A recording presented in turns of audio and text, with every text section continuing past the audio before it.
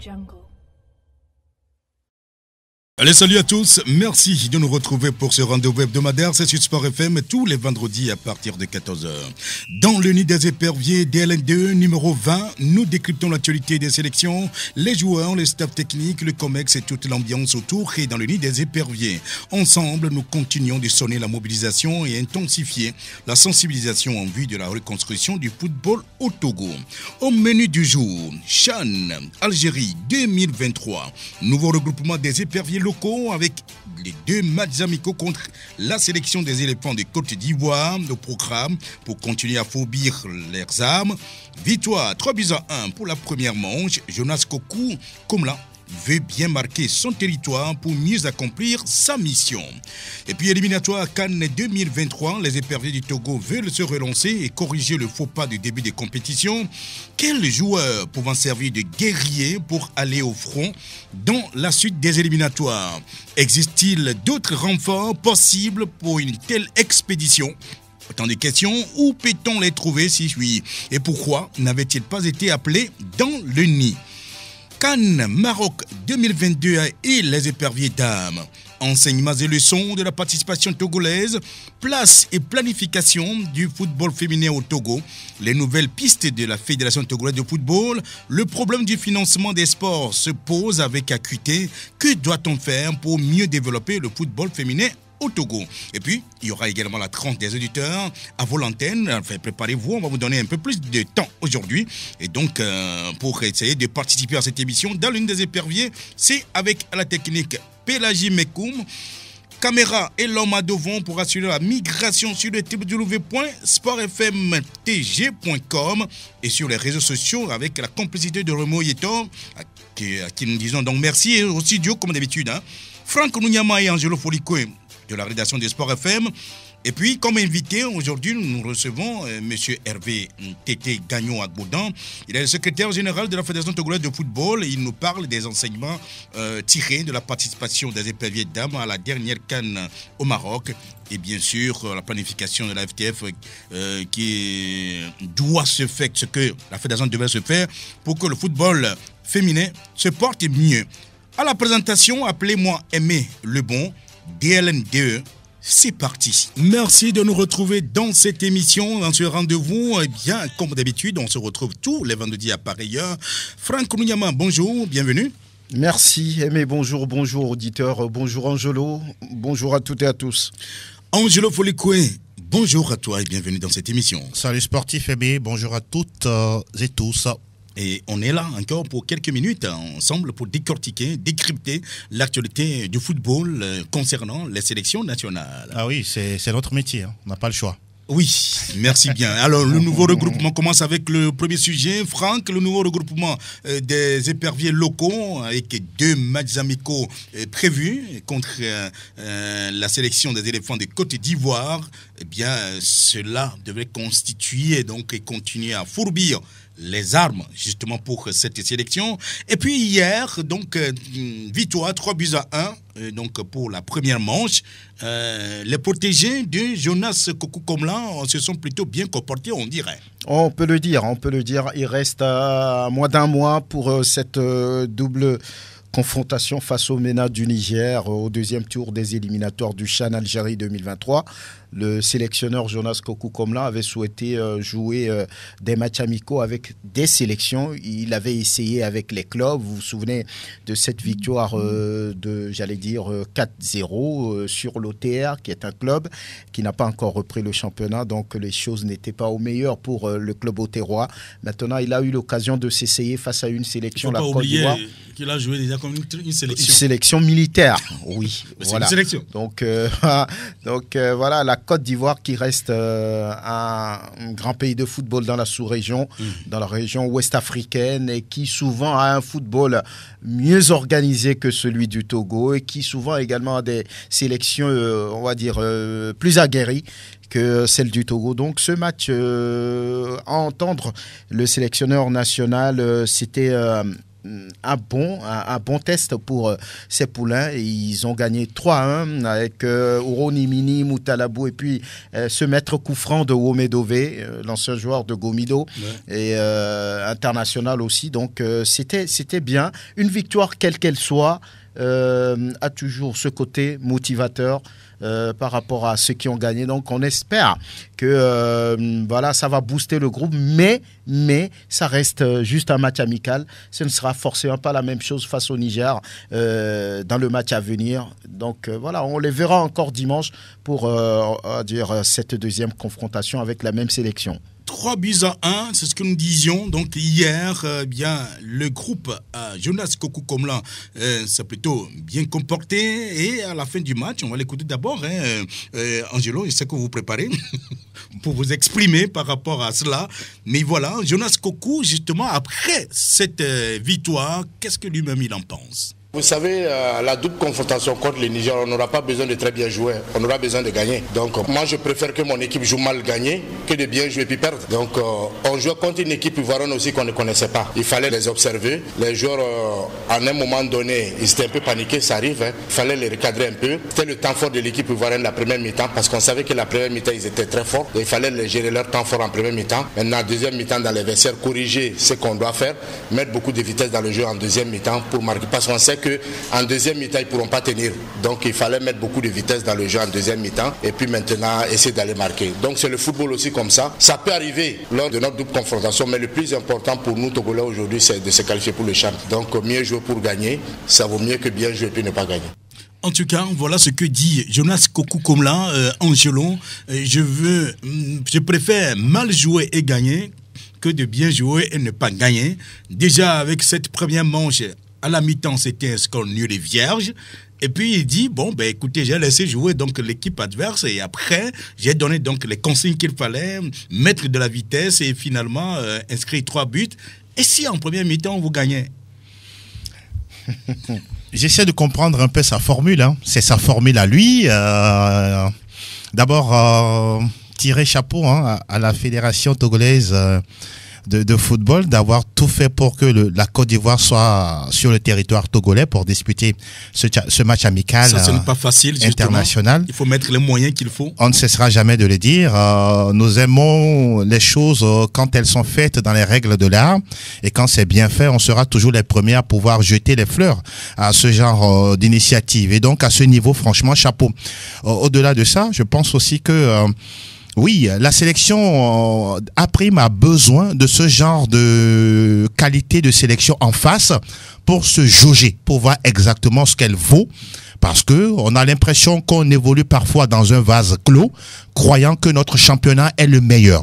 J'ai suivi ce match-là de la première seconde à la dernière, et je me rends compte que lors de la première mi-temps, comme d'habitude, avec la première mi-temps, ça a été très compliqué. C'est comme si le Togo même avait peur du match, ou les joueurs avaient peur du match. L'entraîneur disait qu'on ne les connaissait pas, donc il fallait les laisser jouer. Donc c'est ce qu'ils ont fait. Apparemment, c'est ce qu'on doit comprendre à travers sa déclaration. Toutefois, lorsque vous êtes chez vous, à un moment donné, essayez de vous imposer. Et dans ce match, on a vu que la première occasion de but pour le Togo est intervenue à la 31e minute de jeu. Donc, ils ont passé 30 minutes à observer l'adversaire. Et justement, la Côte d'Ivoire avait confisqué le ballon. Et ça jouait à toi, à moi. Et même, ça mettait la défense entre Agbocho Fabrice et puis Sama Halimou. Ça les mettait beaucoup en difficulté. Et donc, c'était vraiment difficile pour cette équipe-là de pouvoir s'imposer. Vous l'avez dit, à la pause, c'était 0-0. Mais ô combien de ratés, parce que vous prenez les deux latéraux à un moment donné, que ce soit Ouro Wechire du Dynamique togolais ou encore Madjidji, c'était pas vraiment la grande forme, c'était compliqué pour eux. J'ai même eu à noter qu'ils n'ont même pas fait le moindre centre durant tout le match. C'était très compliqué pour eux de pouvoir vraiment s'imposer. Pour le football moderne, les latéraux, eh bien c'est leur rôle justement de pouvoir nourrir les attaquants par des centres. Absolument. Et donc, il a fallu le milieu Maniou Gadja. Entre-temps, c'est Tchatakora Semiou. C'était les deux premiers passeurs sur les deux buts, en tout cas les deux premiers buts du Togo. Et puis, vous l'avez dit, le maître coup franc, en tout cas c'est Franck qui le disait tout à l'heure, de Wome Dové. Pour revenir un peu à tout ce qui se faisait d'abord ce match-là, j'ai eu assisté également à ces différentes phases de préparation. Oui, on a vu des ateliers. Il y a eu quand même une progression dans le travail. Oui, dans le travail, quand je prends juste deux aspects fondamentaux. D'abord, les gardiens ont été pris en atelier pendant plusieurs jours et on a mis l'accent sur le fait de pouvoir capter des ballons de façon aérienne ou même au sol. Même, je pense avoir vu l'entraîneur des gardiens de l'équipe Fagnan qui était là, aux côtés justement de cette sélection. Et puis également, le travail sur les coups de pied arrêtés. Tchatakora Abdou Semiou et puis Wome Dové étaient mis de côté où on les faisait frapper sans cesse les coups de pied arrêtés avec des joueurs imaginaires faits en plastique. C'est ça. Et c'est ça qu'on a vu dans le match. Il y a eu cette occasion-là juste devant la surface de réparation. Et il a mis dedans. On a vu Wome et puis Tchatakora. La petite discussion entre eux. Tchatakora qui fait semblant de vouloir frapper, c'est Wome. Coup franc magistral, poteau entrant. Pour terminer en disant, oui, on a gagné 3-1, mais il faut arriver à corriger le côté émotionnel de nos joueurs. Vous ne pouvez pas marquer un premier but à la Côte d'Ivoire dans un match amical et croyez que vous êtes déjà au top. Marquer un deuxième but, croyez que déjà on est en finale. Marquer un troisième but et croire qu'on a déjà remporté le CHAN. Non, je dis bien non. Hier, j'ai vu le sélectionneur sauter comme un petit gamin de 8 ans dans sa zone technique. J'ai vu les joueurs aller vers le public pour pouvoir demander au public d'haranguer le public, mais ce n'est qu'un match amical. Mettons les pieds sur terre, posons la tête sur les épaules. Non, on s'entraîne pour ça aussi. On s'entraîne pour ça. Ah d'accord. De toutes les façons, ce n'est qu'un match amical. Comment faire haranguer C'est la première manche. Il reste la seconde manche. Le coach aussi s'entraîne on attend dans de ses voir émotions. exactement ce que ça va donner. De toutes les façons, on attend de voir la suite. Oui, Franck. Oui, la deuxième partie de ce match qui a lieu dimanche sur les mêmes installations devra pouvoir confirmer, on va dire, ce bon départ des Togolais dans ce match amical. Comme on le dit, oui, une victoire quelle qu'elle soit, souvent apporte une certaine énergie, apporte une certaine émotion, apporte une certaine confiance. Mais il y a toujours un mais, parce que là, ce qui vient devant, c'est quand même le MENA du Niger, qui est une sélection très athlétique, difficile à manœuvrer. Donc, il va falloir rapidement oublier ce match amical, le résultat surtout de ce match amical, ne pas croire que, oui, nous avons battu la Côte d'Ivoire 3-1, on ne sait pas encore ce qui va se passer dimanche. Nous avons quand même tenu tête à la Côte d'Ivoire, donc c'est dire qu'on va gagner face au Niger. Non, je pense qu'il doit y avoir un discours du sélectionneur par rapport à ses joueurs. C'est vrai, il doit les encourager, mais il doit y avoir un discours derrière pour dire on n'a encore rien fait, on n'a encore rien gagné. L'objectif, c'est de se qualifier pour le CHAN. Donc voilà, l'objectif lui-même, c'est bien le Niger entre le 26 et le 28 août. Et voilà, c'est là où il faut gagner avant de commencer par jubiler. En tout cas, on va dire simplement qu'il y a une seconde manche dimanche prochain. On sera donc au stade tous pour regarder ce match-là et on reviendra, Angelo, pour décrypter tout cela et voir le comportement que devrait avoir donc cette équipe face au MENA. Au niveau également du comportement, je pense que je parlais tout à l'heure de l'état émotionnel. Excusez de revenir un peu là-dessus. Vous marquez à la 70e minute et 2 minutes plus tard, on égalise. C'est le problème de gestion. Mais voilà. Voilà le problème du jeu. Donc à un moment donné, oui, on peut, quel que soit l'adversaire en face, faire preuve de concentration du début jusqu'à la fin. C'est à ce niveau-là également que le chantier s'impose. Au-delà de ça aussi, il faut reconnaître que les joueurs qui ont été mis dans le jeu, il y avait 6 joueurs d'Asco de Kara. Même si c'est vrai, je reconnais que ce sont des joueurs qui ont fini champion du Togo la saison dernière, mais à un moment donné, on ne sent pas cette complicité entre tous ces joueurs. N'eût été le fait d'avoir Mani Ougadia ou Wome Dové au milieu de terrain qui essayait de colmater un peu les brèches, mais au même moment, je pense que les attaquants ne doivent pas avoir, ne doivent pas avoir pitié de l'adversaire. Quand on a l'occasion de marquer un au début avec la grinta, il faut le faire, car c'est très important, vous l'avez dit. Il y aura une seconde manche contre la Côte d'Ivoire. J'ai l'impression également que l'effectif ivoirien ne regorge pas assez de qualité. ont-ils joué avec frein en main, histoire de voir un peu également la qualité du jeu du Togo pour mieux se produire lors du dimanche. Oui. On attend de voir exactement, parce que j'ai l'impression qu'ils n'ont pas semblé élever le niveau face au Togo, les Ivoiriens.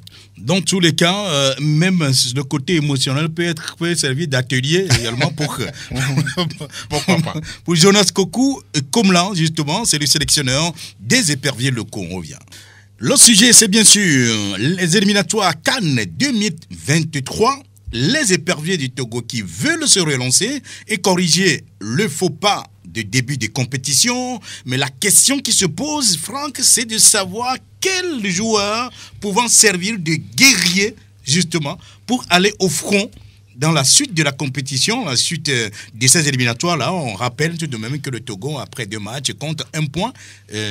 Donc, ce seul point, bien sûr, récolté face à l'Eswatini, ici à Lomé. Donc, voilà ce qu'il faudra dire et savoir également que je crois que les matchs de septembre sont en train d'être repoussés. Menacés de report. Ouais, de report. Voilà. Oui, pour permettre aux sélections qualifiées pour le mondial de pouvoir continuer à fourbir leurs armes. Mais dans tout le cas, quel que soit les cas, on va dire, il faut que le Togo puisse jouer, en tout cas, des matchs amicaux s'il le faut. Voilà, pour ces reports, on s'en doutait. On savait que, oui, la CAN n'aura plus lieu en juillet 2023, mais plutôt en janvier-février 2024. Donc, il fallait laisser le temps aux sélections de pouvoir réajuster tout cela, surtout qu'il y a la Coupe du Monde en fin d'année. Donc, voilà, vous demandiez, quel joueur donc, pour affronter la suite. Pour servir de guerrier, parce qu'en fait, maintenant, c'est ça le problème. Il faut jouer en guerrier. Voilà, question légitime, question importante, question primordiale, parce que le Togo, après 2 journées de compétition dans les éliminatoires de la CAN 2023, est déjà en danger. Et les calculs d'apothicaires ont commencé. Voilà, Nemi Douame a Diareno, Douame a Diaremi Matoa. Alors qu'il n'y a que 2 journées de disputer, donc ce qui veut dire que il y a problème dans le nid des éperviers et il va falloir se réveiller et il va falloir mettre des joueurs qui sont prêts à mouiller le maillot correctement. Après ces 2 premières journées, beaucoup ont parlé de joueurs tricheurs, parce que regardez un peu sur le match contre les Swatini ici, les boucliers du roi, le Togo a semblé avoir les choses en main après ce deuxième but, parce qu'il ne restait plus beaucoup de temps à disputer sur les 90 minutes, et après il y a eu cette égalisation qui a refroidi tout le stade. Après, il y a ce match perdu contre le Cap-Vert où l'entraîneur a dit... les mêmes joueurs. Et il disait, je n'ai pas reconnu mes joueurs. Si lui-même fait le choix, après, il ne reconnaît pas ses joueurs. Ça veut dire également qu'il y a problème. On repousse un peu les choses lorsqu'on regarde les 4 derniers matchs des éliminatoires de Qatar 2022. Il y a eu 2 matchs nuls, 2 victoires, à l'extérieur surtout. Beaucoup ont dit que le technicien portugais... Il fallait garder donc cet effectif, ce groupe-là. Voilà, avec le stage d'Antalya, beaucoup ont estimé que le technicien portugais a déséquilibré lui-même son groupe, parce qu'il y avait un groupe qui venait, qui commençait à naître. Voilà, qui commençait à naître, qui avait une certaine cohésion en son sein. Et puis, sur ces 2 premières journées de la CAN 2023, on voit carrément autre chose, parce qu'il y avait beaucoup de nouveaux venus, beaucoup de jeunes joueurs qui n'étaient certainement pas prêts pour ces genres de matchs, voilà, et qui maintenant pénalisent le Togo. Donc, il va falloir chercher des joueurs pour défendre les couleurs nationales. Et puis, j'ai envie de dire qu'il faut véritablement regarder de près ce qui se passe au niveau de la sélection locale. Lorsqu'on jette un coup d'œil pour ceux qui s'apprêtent pour ce CHAN, au minimum, on pourrait trouver au moins 2 bons joueurs, au moins 3, pour renforcer peut-être certains secteurs. Voilà. Et les joueurs qui ont disputé les éliminatoires du Mondial 2022 sont toujours là. Ils sont là, et avec une philosophie de jeu, avec tout ce qui a tourné autour de ce groupe qui prenait confiance. Donc, j'ai envie de dire que c'est des joueurs prêts, des joueurs de devoir qu'il faut maintenant choisir. Il ne doit plus avoir de complaisance. Parce que là, si le Togo, sur cette double confrontation contre les étalons, le Togo n'arrivait pas à prendre au moins 3 points, ça veut dire que Côte d'Ivoire 2024, adieu. 2023, j'allais dire. Oui, voilà. Qui va se jouer en 2024 en tout cas. Angelo, mais est-ce qu'il existe d'autres renforts possibles pour une telle expédition? C'est là où demeure la véritable interrogation. Aujourd'hui, je pense que quand on lit de façon précise, est-ce qu'il y a des joueurs togolais qui évoluent ailleurs, qu'on n'a pas encore appelés en sélection, capables de vouloir changer un peu la donne Point d'interrogation. Au même moment, moi je vais prendre le contre-pied de Franck. Je pourrais peut-être proposer de garder les mêmes, mais il faut arriver à trouver la manière de pouvoir les motiver autrement. D'abord, je mets l'accent sur le sens du patriotisme. On finira jamais de le dire parce que là, n'oublions pas, c'est quand même l'argent du contribuable hein, et on ne cessera jamais de le dire également. Tout à fait. Lorsque vous portez la tunique jaune, oui, quand vous gagnez, mais vous êtes gracieusement payé parce que vous avez fait un travail, mais l'argent vient d'où? À un moment donné, je pense que lors des séances de préparation, lorsque vous êtes dans les vestiaires en train de pouvoir parler des derniers réglages, avant, il faut avoir l'idée absolument, c'est surtout ça. Que c'est l'argent du Togolais qui m'a fait porter ce maillot. Exactement, c'est très important parce que on a l'impression que la plupart du temps, nos ambassadeurs oublient cet aspect. Je me souviens d'une image. Lors du match face à l'Eswatini à Kégué, les joueurs sont sortis avec un grand drapeau dans la main et demandant au public, en tout cas saluant le public, et le public également a répondu. Accompagné. Ils ont compris à un moment donné que oui, ils étaient sur cette pelouse-là à cause du public. Et le match était joué lors d'un jour ouvrable. C'était pas un week-end. Ouais. Mais si vous voyez ce qui était arrivé, franchement, et à la fin du match, la désolation était totale. Ceux qui rentraient, ils marchaient bras ballants, ils n'avaient plus le moral était dans les chaussettes. Donc à ce niveau-là, nous exhortons simplement que les joueurs comprennent que, oui, quand ils sont en train de vouloir en tout cas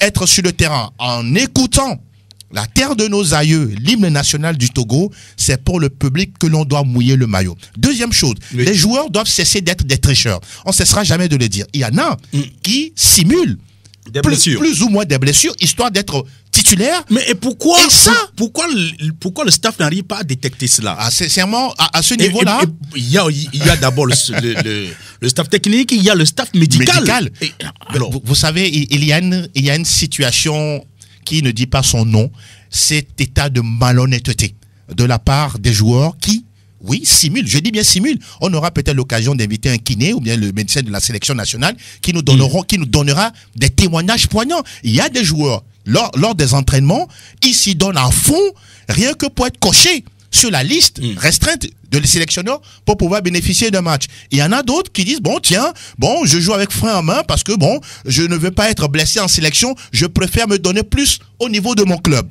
Vous voyez un peu la situation? Quand c'est comme ça, franchement, l'équilibre n'est pas au niveau et ça déteint sur la performance des joueurs. La troisième chose, je pense que au niveau de la sélection, à un moment donné, on est en train de manquer de vrais leaders, d'un joueur charismatique, capable de pouvoir haranguer les autres et leur demander d'être vraiment des patriotes sur le terrain.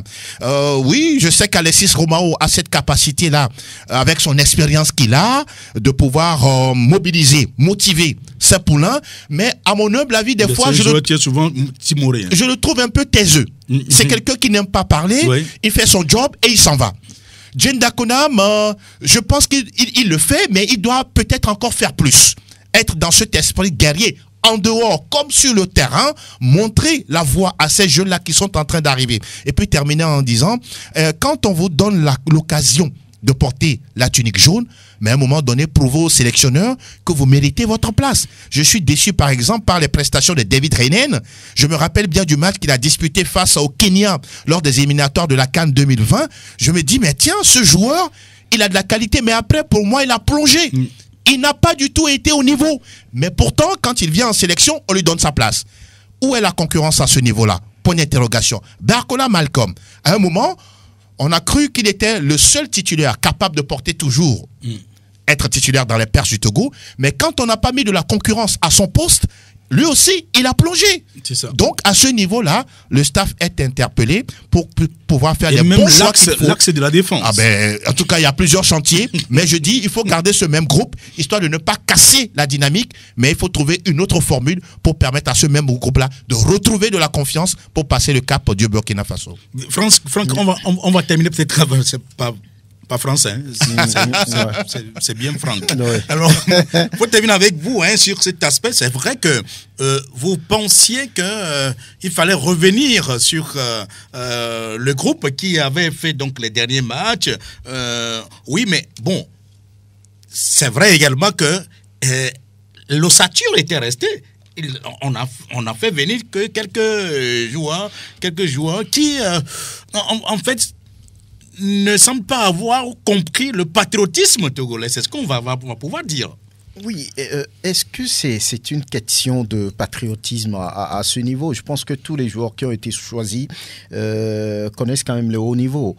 Sur ce côté... Oui, mais quand vous prenez par exemple Boateng, oui. et vous prenez, je ne sais pas... Asamoah, écoutez, Atman et puis tous les mais autres. dites-moi s'ils ont compris le degré de patriotisme pour le Togo dans cette histoire. Oui, tout cela, ça dépend de ceux qui les ont fait venir. Lorsque vous faites venir un joueur en sélection, c'est que vous sentez que le joueur est prêt pour mouiller le maillot, pour se battre pour les couleurs nationales. Maintenant, lorsqu'on voit des joueurs, on va dire, nonchalants, des joueurs qui n'arrivent pas à donner tout ce qu'ils avaient ou bien tout ce qu'ils ont dans le ventre, là, il y a un problème.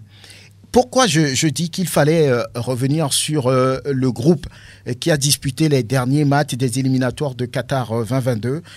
C'est comme, moi j'ai l'impression qu'on est en train de construire quelque chose et tout de suite derrière, on fait chambouler la fondation. C'est vrai, même s'il y a l'ossature, si vous avez un groupe qui est habitué à jouer ensemble et au dernier moment on injecte 2 ou 3 personnes qui viennent d'arriver, ce n'est plus la même chose. Ça ne prend pas de la même manière. Donc, je pense qu'il appartient au coach de retrouver cette adrénaline-là avec les joueurs qui étaient prêts à mouiller le maillot et qui l'ont prouvé à l'extérieur. Il est temps de faire revenir Ilas Pebou. Oui, pourquoi pas? Rien à dire. Pourquoi pas? Il a dit qu'il doit revenir. Le joueur n'était pas, on va dire, libre sur les 2 premières journées. Je pense qu'on va le voir sur la suite de cette compétition. Le technicien portugais lui-même l'a dit. Et voilà. Et puis en défense, comme on le dit, je pense que le joueur qui évolue aux Pays-Bas, Maouna, vraiment à sa place lorsqu'on regarde un peu ce que Boateng produit. Je ne veux pas dire qu'il est nul, mais pour le moment, il n'a pas encore convaincu. Voilà. Et c'est un joueur qui est dur sur l'homme et avec lui, on peut avoir causer des pénaltys. Alors que lorsque vous prenez Maouna, c'est quelqu'un qui défend debout et qui sait se placer. Il est efficace. Il est efficace. Donc, je pense qu'il va falloir trouver, vous l'avez dit déjà, guerrier pour faire juste ce qu'il faut. Voilà, pour faire le boulot. Et puis, il est un leader. C'est important pour ces moments. Je crois qu'Angelo parlait donc voilà, de leaders. Vous allez voir par exemple la dernière fois lorsque la France de la trempe de Adebayor par exemple. Oui, c'est un leader. Je pense qu'il manque encore un tout petit peu de charisme, on va dire, à Djenda Konam. Il le fait si bien déjà, mais il va falloir en ajouter plus. Lorsque vous regardez la demi-finale entre la France et l'Allemagne, lorsque la France a marqué la dernière fois, regardez un peu Wendy. On n'a pas forcément besoin d'être, comment on dit, capitaine pour jouer le rôle de leader. Hein. Oui, il y a ça aussi. Oui, il y a ça aussi. Voilà. Lorsque vous regardez Wendy Renard, lorsque la France a encaissé, elle a appelé tout le monde tout de suite et a dit mais je veux, lorsque vous regardez ces mouvements, je veux qu'on aille chercher tout de suite l'égalisation. Et ça a été fait. Donc il faut des joueurs comme ça, des leaders et voilà et des capitaines, on va dire d'une certaine manière. Le Togo en a besoin, sinon on regardera la CAN 2024 partir. En tout cas, on espère qu'on va toujours revenir sur ce sujet. Vous voulez en ajouter? Non, c'est bon. Non, c'est bon. Bon, alors, merci. Merci, Angelo. Et on revient, en tout cas. Autre sujet, CAN Maroc 2022 et les éperviers dames, justement, avec, bien sûr, les enseignements et les leçons que nous tirons de la participation togolaise.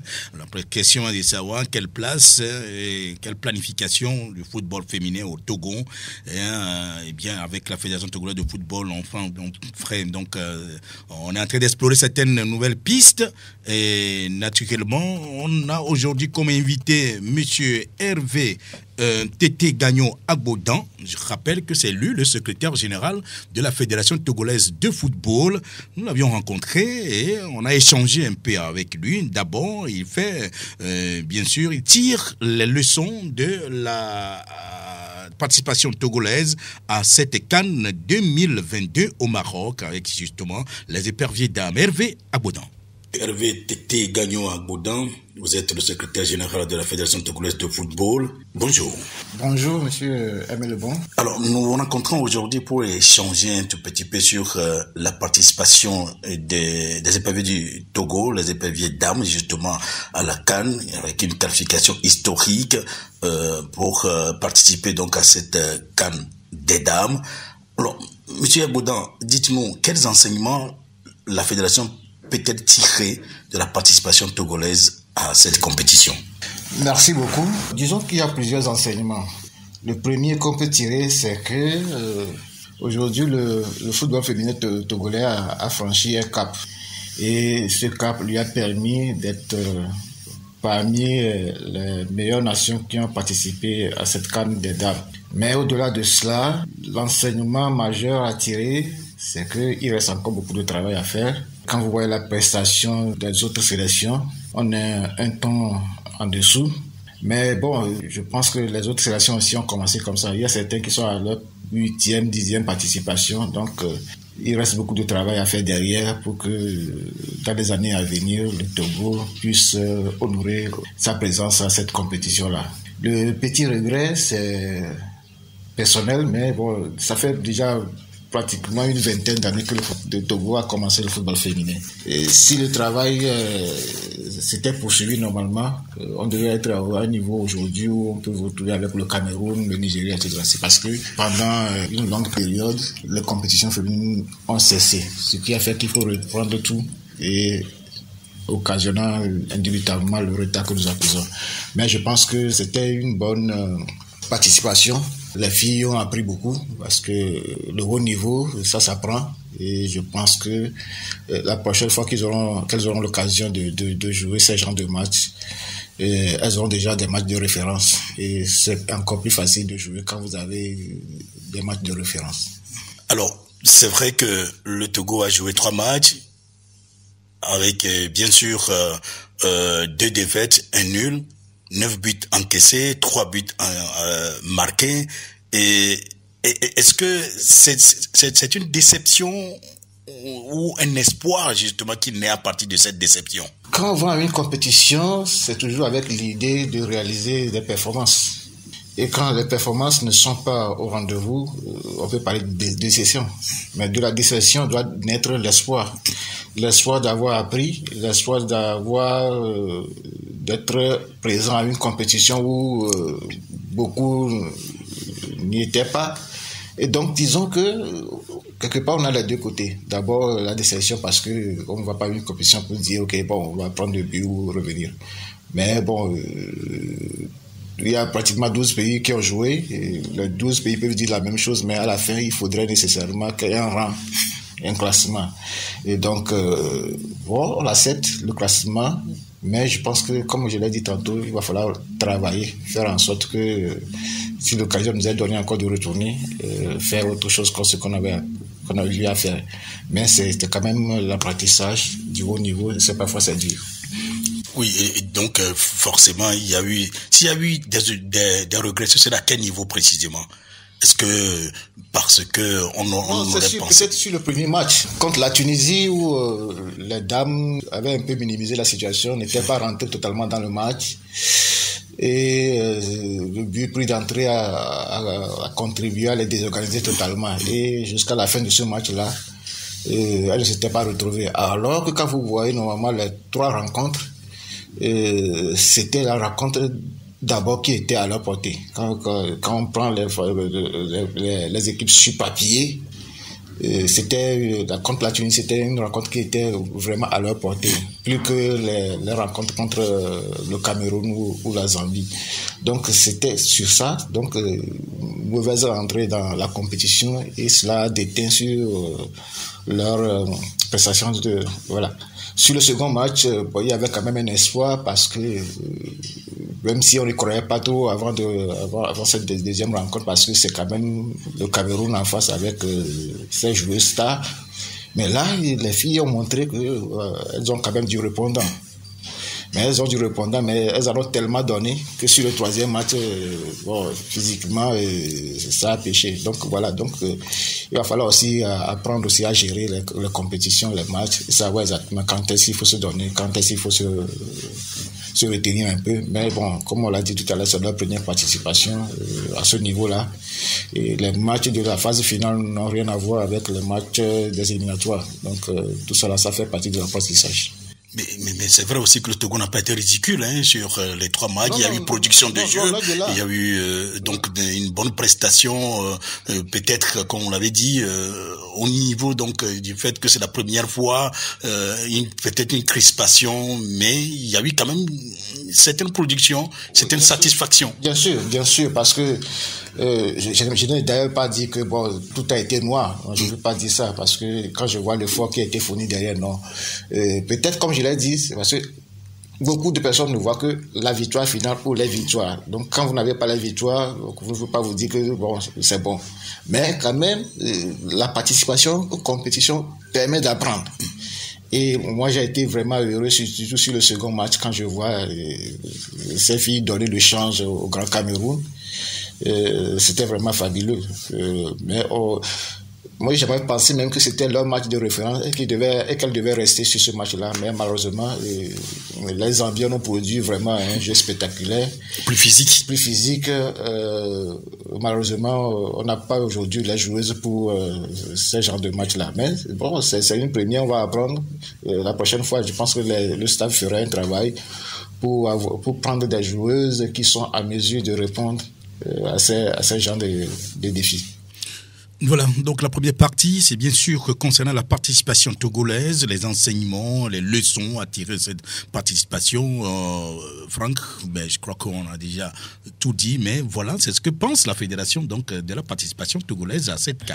Oui, je comprends la diplomatie du secrétaire général Hervé Tété à Gbodon. Il a parlé de bonne participation et de l'espoir qui arrive parce que les filles ont beaucoup appris. Il y a un cap qui est franchi, peut-être qu'il n'y aura plus cette peur de la première fois. C'était quand même le haut niveau et globalement, tout le monde est d'accord pour dire que les filles n'ont pas été ridicules. Et elles ont fait ce qu'elles ont pu sur cette compétition. Et il a parlé également de ce premier match sur lequel, lui, personnellement, il a eu beaucoup de regrets parce que c'était l'équipe supposée à la portée des éperviers. Donc voilà, quand c'est comme ça, ça veut dire qu'il a manqué une certaine organisation, un certain discours autour de ce premier match parce que là, vous ne pouvez pas vous imaginer tout de suite que dans un pays où on met tellement de moyens dans le football féminin et que le Togo qui est en retard depuis des années, qui a du mal à mettre un peu plus de moyens, puisse faire la différence du jour au lendemain. Si facilement. Donc, je pense qu'il y a eu, on va dire, je ne veux pas dire un mauvais discours par rapport à ce match. Et en prenant d'ailleurs un but à la 18e seconde, ça veut dire que l'équipe togolaise n'était pas concentrée. Autrement, ce premier but devait être évité et pourrait peut-être changer le cours du jeu. Donc, globalement, on va dire que c'est une participation qui va faire du bien.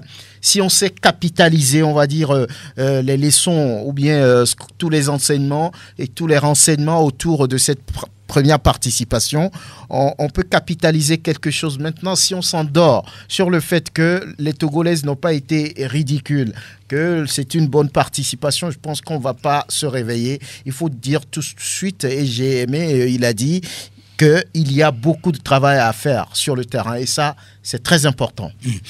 Angelon, qu'est-ce que vous pensez donc de ces propos du secrétaire général de la Fédération togolaise de football qui sont en tout cas des propos officiels? Oui, je rappelle que lui-même, il a été journaliste, pour ne pas dire qu'il est toujours journaliste. Donc, il était obligé, en tout cas, de faire cette sortie que je salue.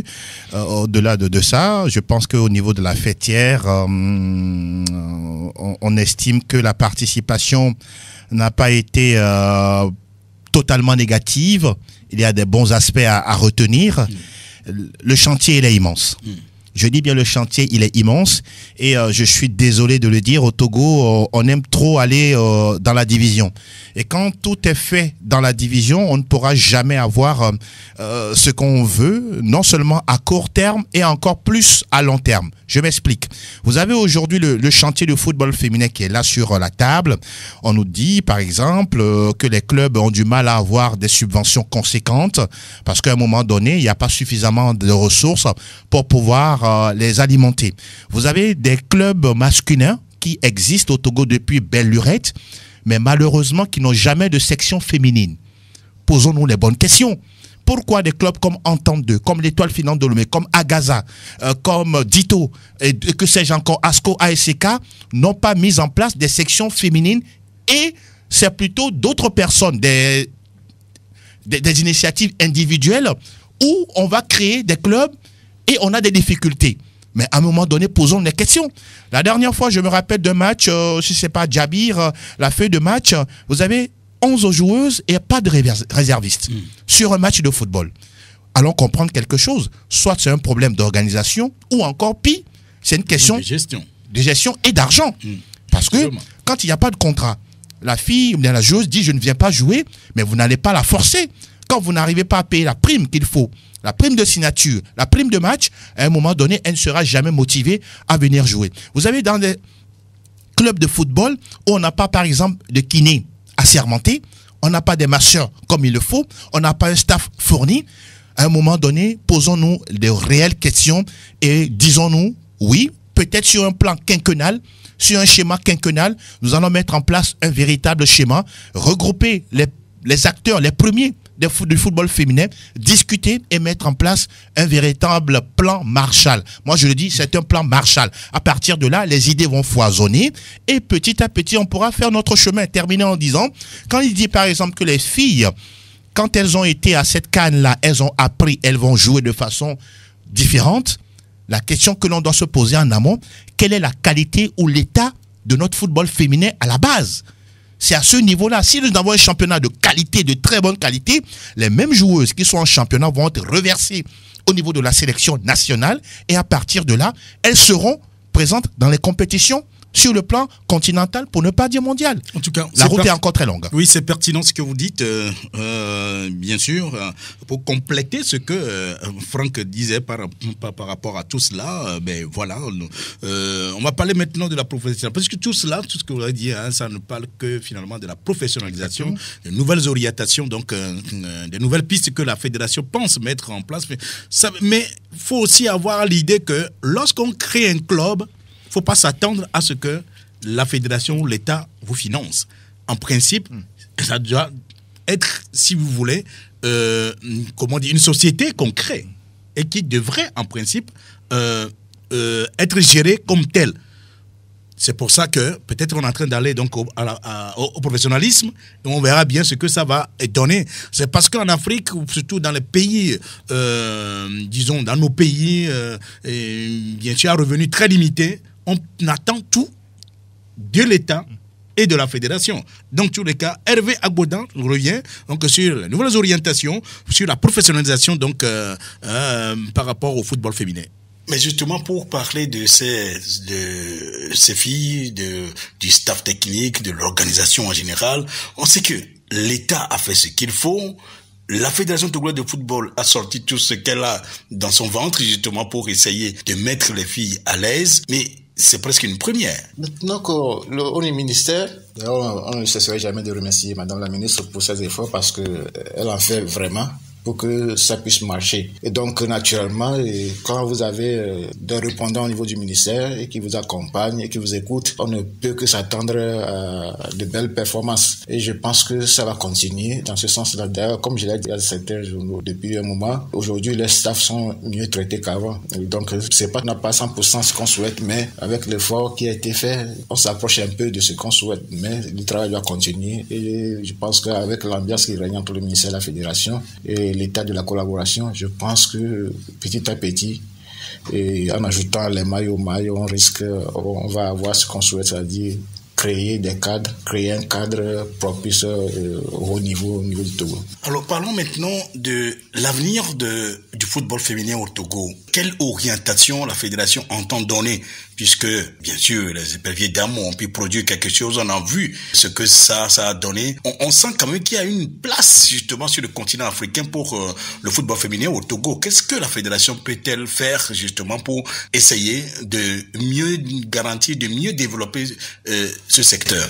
Dans un premier temps, continuez par organiser régulièrement le championnat des dames, le championnat féminin. Si on peut avoir un peu plus de moyens pour ces clubs féminins, ce serait très bien, parce que jusque-là, tout le monde fait un peu d'efforts, mais je pense qu'il faut encore faire un peu plus, parce que quand vous voyez, comme je l'ai dit tantôt, la sélection de l'Afrique australe, c'est des sélections qui ont été tirées des championnats qui sont vraiment solides. Il y a certains championnats qui sont des championnats professionnels en Afrique australe.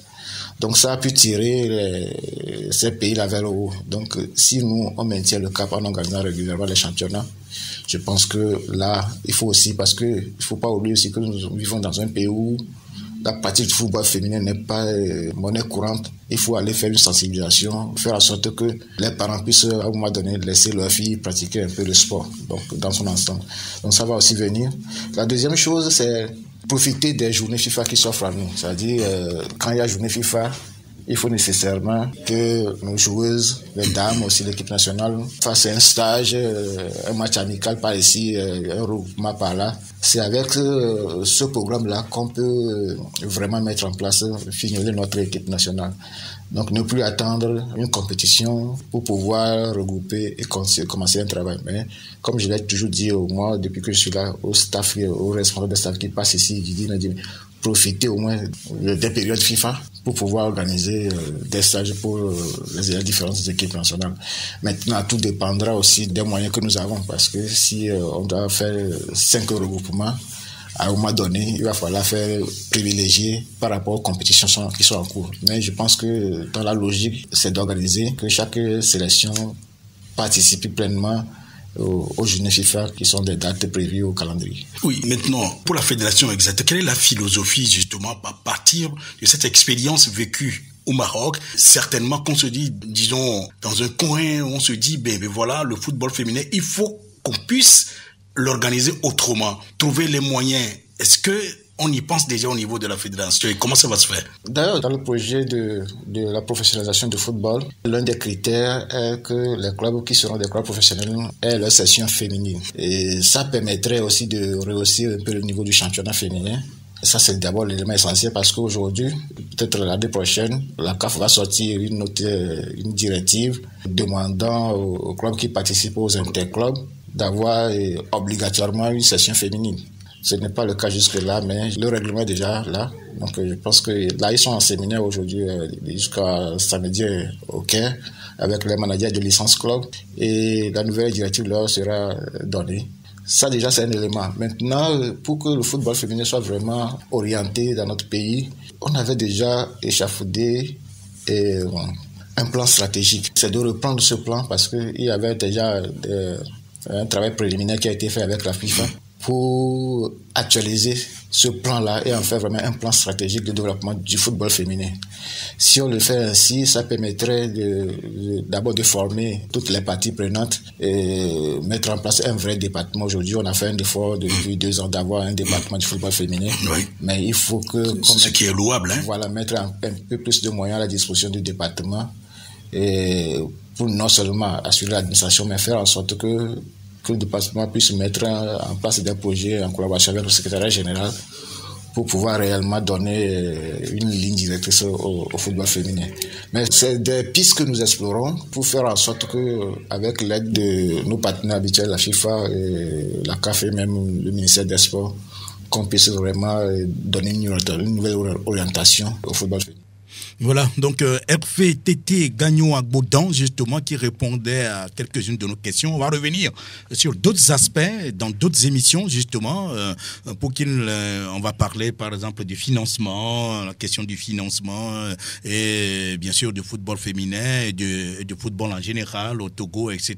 Bon, ben, je crois qu'on va y revenir. Mais Franck, pour peut-être dire 2 mots sur, disons, ces pistes explorées par la fédération. Je crois que c'est de bonne guerre. Hein. Oui, c'est de bonne guerre. Je pense qu'il n'y a rien à faire que d'organiser régulièrement le championnat. Il a dit, en mettant surtout beaucoup de moyens, ne plus donner les 2 millions pour toute une saison. Il faut partir des 2 pour aller peut-être vers les 10 millions pour le championnat féminin. Lorsqu'on regarde un peu ce que fait Fawzi Lekja au Maroc avec pratiquement plus de 50 millions pour les clubs féminins, ben voilà, on ne peut que retrouver le Maroc en finale de cette édition. Donc, il faut mettre plus de moyens, former les techniciens, parce que ce n'est pas forcément quand on entraîne ou bien quand on coach un club masculin qu'on est à même de coacher un club féminin. Parce qu'il y a d'autres paramètres à mettre dedans et puis s'appuyer sur les coopérations techniques. C'est important.